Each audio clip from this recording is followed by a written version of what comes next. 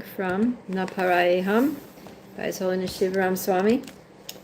And this is exciting because we're going to start chapter 5, which is called How I Reciprocate.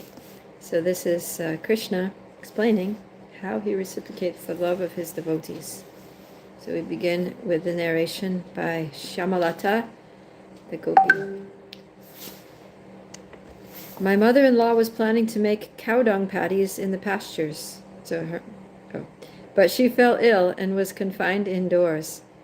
Navasaki, what misfortune! My movements toward Sri Hari would be all the more difficult. I was sitting in my quarters reflecting upon this morning's incidents.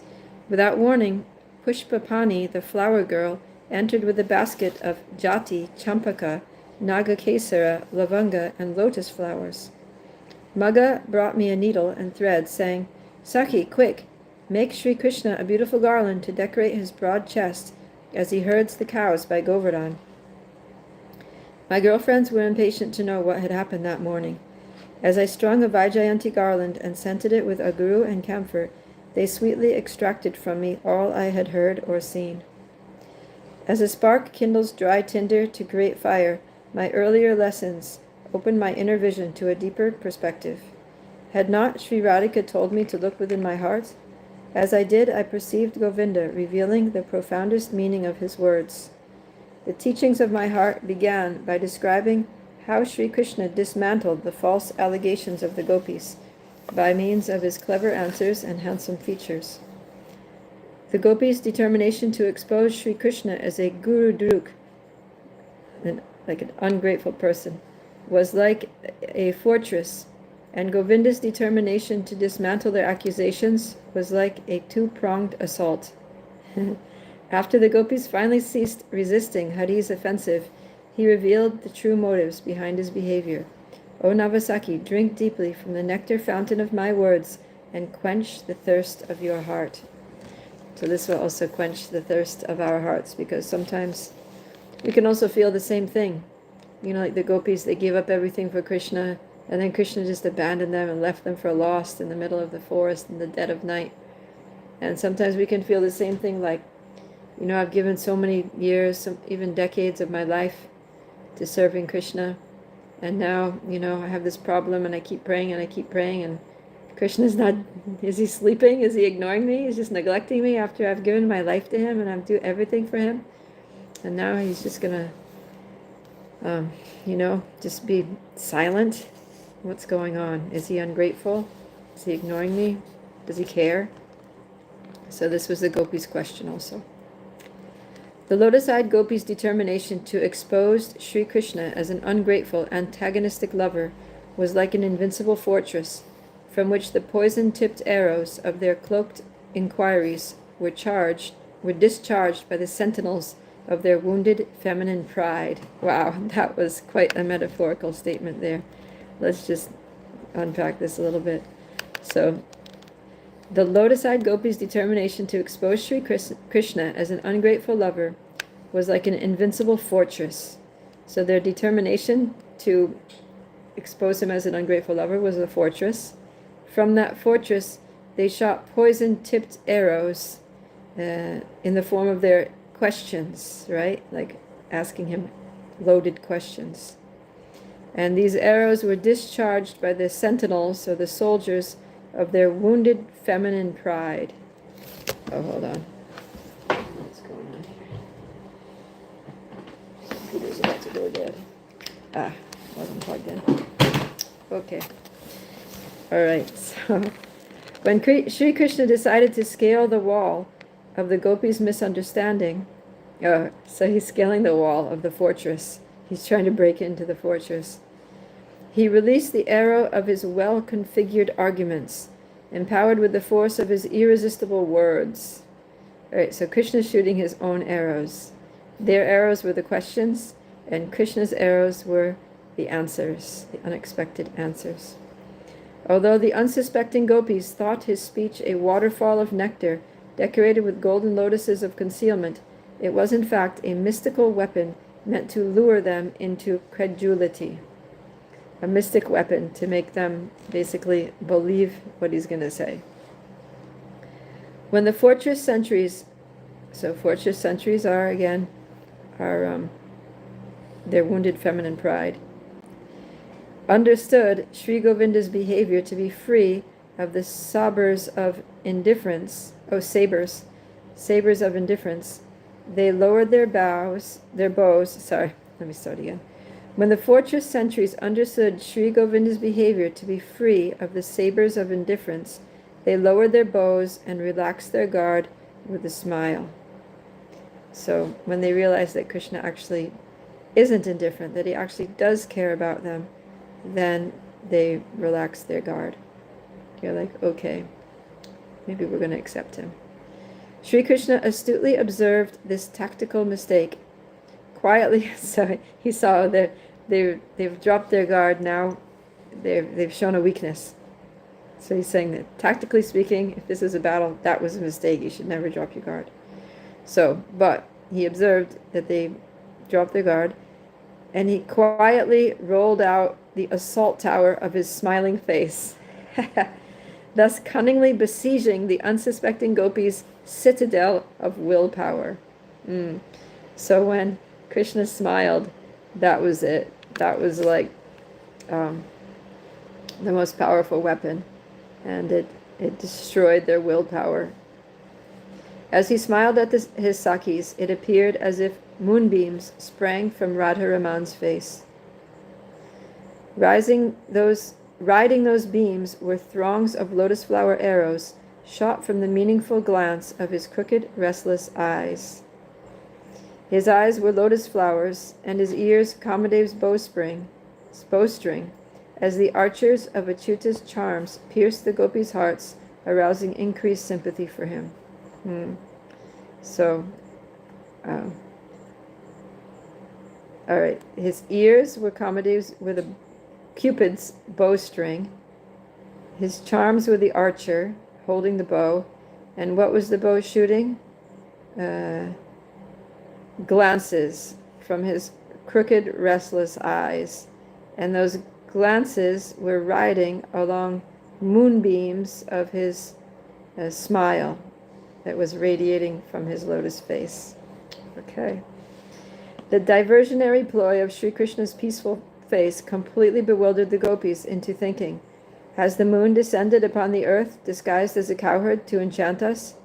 Is this sapphire crescent moon marked with tilak, the forehead of a cowherd? Is this calm lake with playful fish his earring-decorated face? Has a cloud-anchored rainbow become the peacock feather in his hair? Distracted from guard duty, the gopis' pride was overexposed to the influence of Hari's immaculate charms. Although their first volley of arrows had hit the target of his heart, they had languished in an early victory, oblivious to the enemy scaling their ramparts to the rear. Seeing a swarm of infantry within their very walls, the gullible gopis realized that the foe had gained the advantage and had overwhelmed their hapless sentinels with his incredible beauty.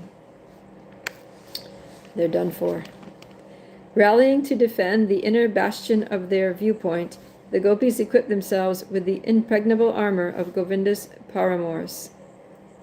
They had expertly dressed in silk garments woven from jealous anger and decorated their nicely appointed hair with the crafty language of conundrums. The double meanings of their words were smeared as black kajal about their eyes, and their feminine pride, although wounded, was reinstated within the soaring stronghold of bodily aroma. Right, so these are the gopis' weapons. Their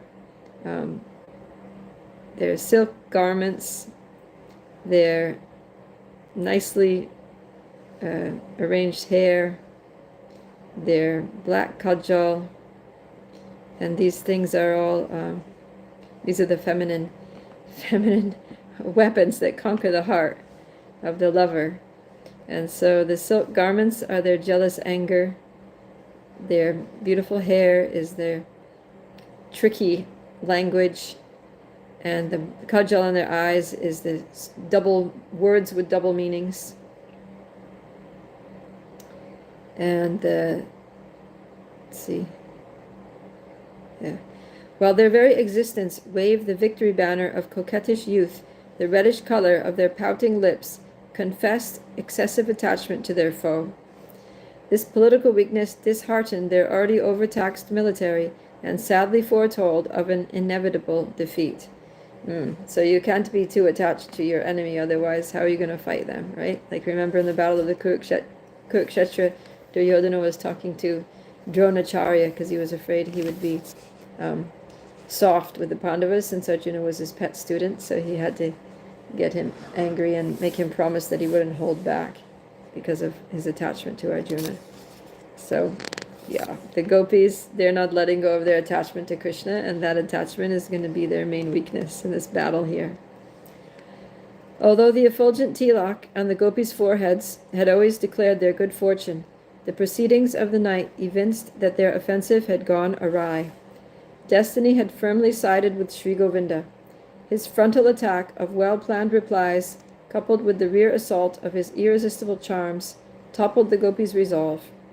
In the face of a categorical rout, the gopis lay down their weapons, declaring a truce with the public treaty of bashful smiles.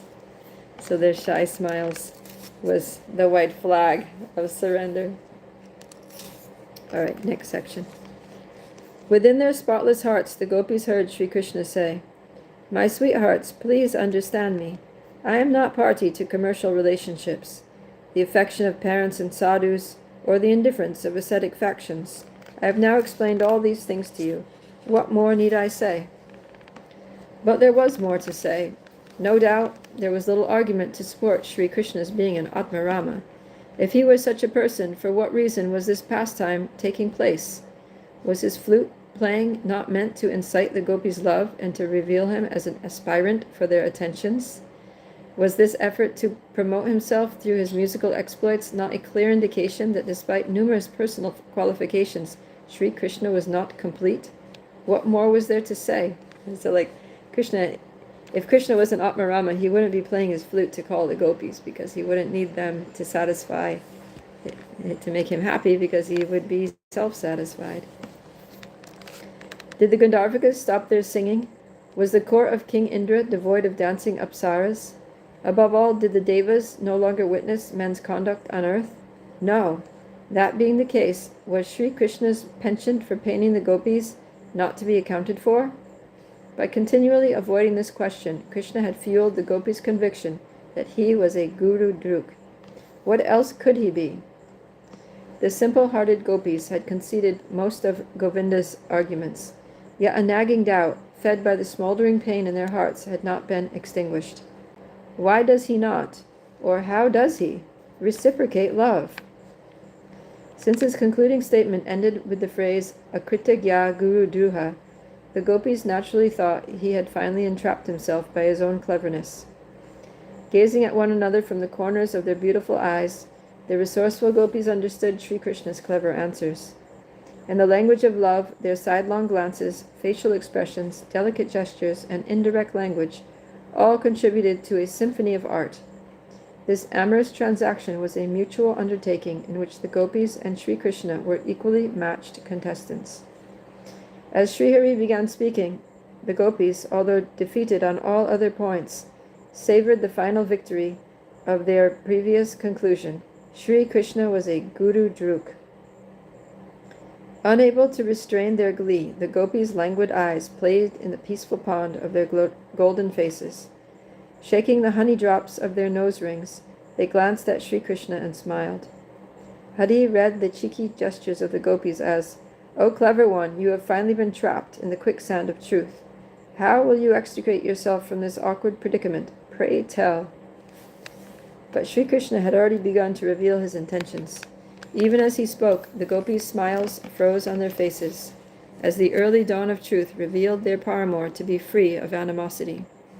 To the contrary, it appeared that his sole desire was to raise the gopis to the perfectional stage of service, by which the pure nature of his love would blaze beyond dispute. And so, Krishna, the lover of the Vrajadevis, finally revealed his purpose in withholding the jewels of his love from the gopis, and indeed all devotees, as he spoke the following heartfelt words. So this is the verse that this chapter starts with. Srimad Bhagavatam 10:32-20. Naham tu sakyo bhajato pijantum bhajam yamisham anuvritti vrittaye yatadano labdadhane vinashte tachchintayanyam nibrito naveda. Krishna says, but the reason I do not immediately reciprocate the affection of living beings, even when they worship me, O gopis, is that I want to intensify their loving devotion. They then become like a poor man who has gained some wealth and then lost it, and who thus becomes so anxious about it that he can think of nothing else. Speaking the word Sakhis with great affection and deep import, Krishna reasoned. Yeah, he uses the word Sakyo here, friends, O gopis. Krishna reasoned, O Sakhis, who are always very dear to my heart, if you question my love, who will not follow your example? If among my devotees you do not understand me, who will enter the kingdom of bhakti? With downcast eyes, the thoughtful gopis replied, but why did you not reciprocate with us, who are sold to the cause of your love? To this Hari smiled. The reason I did not reciprocate was to increase your love. The gopis sighed. Is giving pain what you call affection? But dearly beloveds, replied Govinda, by withdrawing my audience, I induced you to love me more. Although this may have been painful, I had full trust that your love could only increase. Knowing you as my very, very dear friends, I had implicit faith that you would never abandon me. Psh, wow, this is so amazing. Because we were talking about how this applies to us. So sometimes, Krishna may appear to withdraw his mercy and leave us hanging for some time, without a taste, without, we may lose our attraction or something, or feel like he's not answering our heartfelt prayers.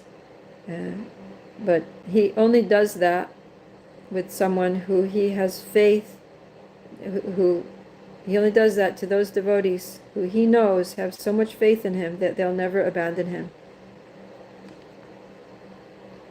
At this, the gopis raised their exquisite faces and looked into Govinda's tearful eyes as he said, do not accuse me of being a gurudruk. I have nothing to do with such creatures. I am forever your loving Sakha. That must have really been very reassuring to hear those words from Krishna, that I am forever your loving friend. Sri Krishna's concise revelation thrilled the gopis and filled them with rays of hope. Was it true? Was his motive in subjecting them to such an arduous ordeal based upon his unwavering faith in their fidelity? Was it really aimed at radically intensifying their love? Sri Krishna said, a poor man is more attached to newly acquired wealth than a rich entrepreneur.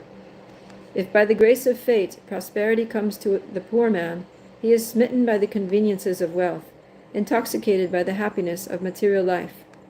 If such a man is abandoned by fortune, his riches having vanished like a will-o'-the-wisp, his thoughts become submerged in the pain of his loss, and all he can do is lament. In the same way, when devotees aspire for my company while constantly engaged in my worship, I withhold my affection simply to increase their desire. The fire of this anxiety purifies their hearts, and although I bless them with a brief audience, to further increase their eagerness, I disappear once again. He did the same thing with Narada Muni in his previous life when he was a small boy, and his mother died. He was all alone, and he went walking. He was walking through forests and fields and cities and towns, and finally he sat down under a tree. He was so tired, he drank some water from the river, and he sat down in meditation, as he had learned from the devotees. And Krishna appeared. He saw Krishna within his heart, and he became very ecstatic with that darshan. And then all of a sudden, the Lord the vision of the Lord in his heart disappeared, and his meditation broke. And then he just saw the trees and the forest, and he's like, oh no, where did he go? And he was trying to meditate again. He was trying to get that vision again, and then he heard a voice from the sky saying, I'm sorry, but you're not going to see me again in this lifetime. And so He said, but just keep trying, just keep trying to meditate. So basically, he did it just to increase the little boy's love or longing for him. And he appeared once, and he gave him that taste, he gave him that darshan, and then he disappeared. So, yeah, it seems that this is a thing that Krishna does. But of all possible tactics, why did you select this one? Inquired the gopis. Yeah, so they're thinking, couldn't you have increased our love in other ways, the standard ways? Like you could have, spoken sweet words, you could have brought us flowers or whatever, why did you have to leave us alone in the middle of the night in the dangerous forest? Sri Krishna replied, in any activity, the incentive to advance is dependent upon keeping the goal in mind. Nothing can compare to the intensity of remembrance caused by the ordeal of separation. Thus it may be said, the end justifies the means. Although a devotee feels some pain in my absence, the gain of acquiring love for me, the only means to purchase me, is well worth the inconvenience. Yeah, so sometimes Krishna puts us through this pain of separation, but to purify our hearts, to increase our desire, to increase our love for him, so that we can actually have a relationship with him that's lasting. Raising their eyebrows in protest, the gopis implied, while separated from you, how is anyone to live, be they a sadhaka or siddha?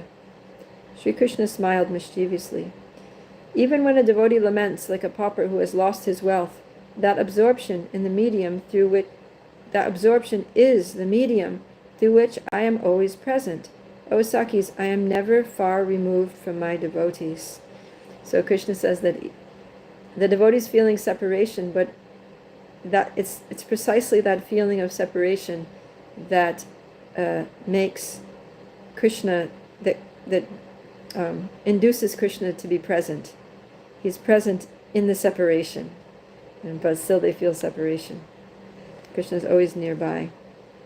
Shaking their heads, the gopis replied critically, when will such tormented souls see you forever?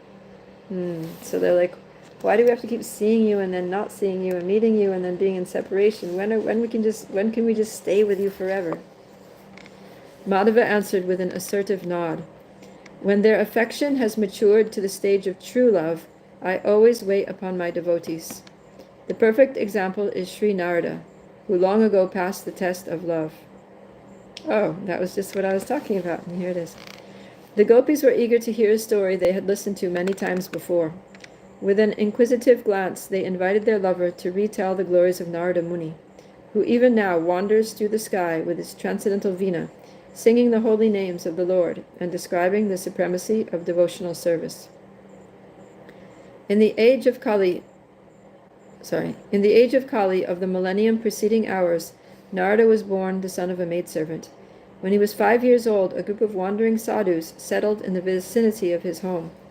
While they lived there for the duration of the 4 months of the rainy season, Narada's mother regularly served those great devotees.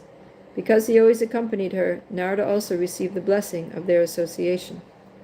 The example of Narada's sadhana under the tutelage of his gurus is an essential lesson for all serious sadhakas. Although very young, he became an ideal disciple due to his self-control, detachment, and submission. By honoring the remnants of his guru's food, he acquired the spiritual merit by which he could hear attentively. Through continual hearing of Sri Krishna's pastimes, he rapidly passed through the stages of sadhana bhakti. Indeed, by the time the devotees were prepared to leave, Narada had arrived at the threshold of bhava. Wow. Came to bhava bhakti. That's a very highly advanced stage. Seeing Narada firmly fixed in goodness, freed from bodily designation, the Bhaktivedantas imparted to him the confidential knowledge regarding the Lord's loving service. Thus passing his time, Narada became an accomplished Vaishnava, and when, by the unexpected hand of fate, his affectionate mother died of snakebite, he immediately left home and headed for the north. Traveling through many towns, pastures, gardens, and rivers, Narada finally entered a vast forest where only wild animals roamed. After bathing and resting, he took shelter under the shade of a large banyan tree, and as his spiritual masters had taught him, he began to meditate upon the Supersoul. Sri Krishna was particularly pleased with Narada's personal qualities and his attachment for spiritual perfection. Although he was a Vaidhi sadhaka, not yet fully qualified for the Lord's mercy. As he thought of the Lord's lotus feet, his mind became transformed in transcendental love, and Lord Hari appeared upon the lotus of his heart. Tears of ecstasy flowing from his eyes, Narada saw the Lord as his master, and himself as the Lord's eternal servant. His spiritually enlivened senses, restored to their constitutional characteristics, manifest Narada's Swarup. While Narada was immersed in the bliss of the Lord's association, Krishna suddenly disappeared from his mind's eye, just as the contents empty from a cup. With determination and enthusiasm, Narada repeatedly re-invoked his guru's teachings, but the immediate success he had just enjoyed was replaced by disappointment. The dark shadows lurking in that lonely forest further discouraged little Narada, who cried as if his heart would break. He had sacrificed everything for Krishna, and having seen him once, it seemed pointless to continue life without him. Seeing his sincere attempts, Sri Krishna, in his second act of mercy, spoke to Narada with grave and pleasing words. Sri Hari said, "O Narada, I regret that during this lifetime you will not be able to see me any more. Those who are incomplete in service, and who are not completely free from all material taints, can hardly see me. O virtuous one, you have only once seen my person. This was just to increase your desire for me, because the more you hanker for me, the more you will be freed from all material desires." And this is the way to get free from material desires, is to desire Krishna's association very intensely. Because of his being attached to solitary meditation, Narada was not qualified to gain Sri Krishna's unconditional mercy. To do that, he would need the transcendental intelligence that manifests as an outcome of divine service, and which perseveres throughout all phases of time. By continually remembering Hari, Narada's heart would be purified. In time, material attachments would give way to divine love, and that love would reveal Sri Krishna's eternal association and pastimes. Narada followed these instructions throughout his life. While wandering the earth, he chanted the Lord's names and remembered his wonderful pastimes. Eventually, meeting unrelenting death, he acquired the spiritual body with which he now travels without restriction, fixed in the devotional service of the Lord. The gopis shed tears of sympathy for little Narada. They knew what it was like to be abandoned in the forest, but this little boy was all alone, whereas they at least had one another's company. Raising his bow-like eyebrows, Krishna explained, "Narada was immature in devotion, but he was a sincere sadhaka. As a reward for his efforts and to increase his desire, I showed him my transcendental form. Then, by withdrawing that mercy, I implanted in his heart the indestructible desire to see me again. Through the vehicle of that imperishable desire, Narada attained my company for eternity." Hari looked over the gopis with great feeling. "Now, whenever Narada calls me, I immediately come to him without delay." The gopis stirred. Eager for the same good fortune Narada received, they thought, "Imagine if Sri Krishna would come whenever we called. What a boon that would be." Continuing to defend himself, Krishna sighed. "Withholding my love is not a sign of indifference, apathy, or contempt. To the contrary, I do it to secure my devotee's determination, to intensify his meditation upon me." "Is that the significance of your words, anuvritti vrittaye?" inquired his Sakhis with inquisitive eyes. Krishna nodded. "My desire is to increase the absorption of love. Vrittaye indicates the process by which the inherent propensity to love me, anuvritti, is amplified." Slightly wringing their hands, the gopis said, "And of course, this has to be done by neglecting those who love you?" They're still a little upset. Govinda patiently replied, "There is no absorption as intense as that which is born of separation from a lost object. What to speak of separation from the object of one's love? I want to intensify the loving devotion of my devotees, for by such contemplation they will rise to the platform of uninterrupted devotional service. As remembrance of me progresses in stages, it destroys increasingly subtle obstacles within the heart, eventually bringing to light the treasure of prema. Faced with such difficulties, a devotee cries pitifully for me, but ultimately gains my eternal association." Okay, I'm going to stop there, I think. Let me just see. Yeah, there's still a bit left in this chapter. Hold on.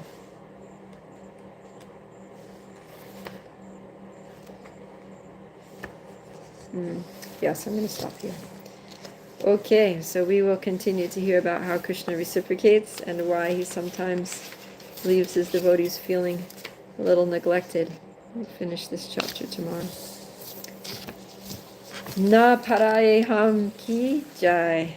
His Holiness Shiva Ram Swami ki jai. Srila Prabhupada ki jai. Gaura Premanandi. Hari Bol. I have to figure out how to end this. Yes.